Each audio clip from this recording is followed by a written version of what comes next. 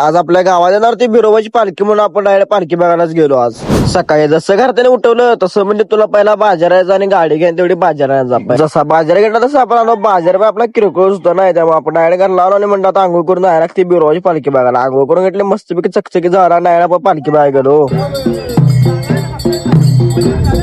इथं पालखी वगैरे बसतो तो पण अशीच काय करायचा कोरडा आईच्या आईला म्हटलं बारके पोराचे अरे बाबा म्हटलं मारले म्हटलं तुझ्या मारा कोण मरायचा म्हटलं रे बाबा.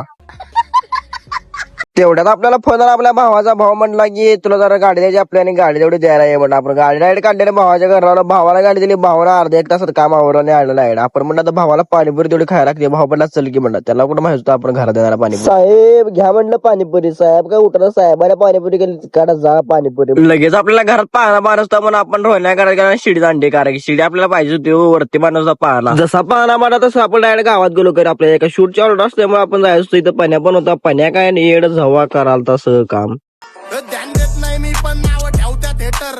दुनियादारीपेक्षा माझी शीटच बेटर. सांभाटा आला पारे बाबा. तेवढं तर म्हणतात सरपंच आहे माझी. जरा आपला दादा पण आलतो नाही त्याला व्हिडिओ करायचा तेवढं तुम्ही आपल्या फॉलो तेवढं मारून घ्यायची.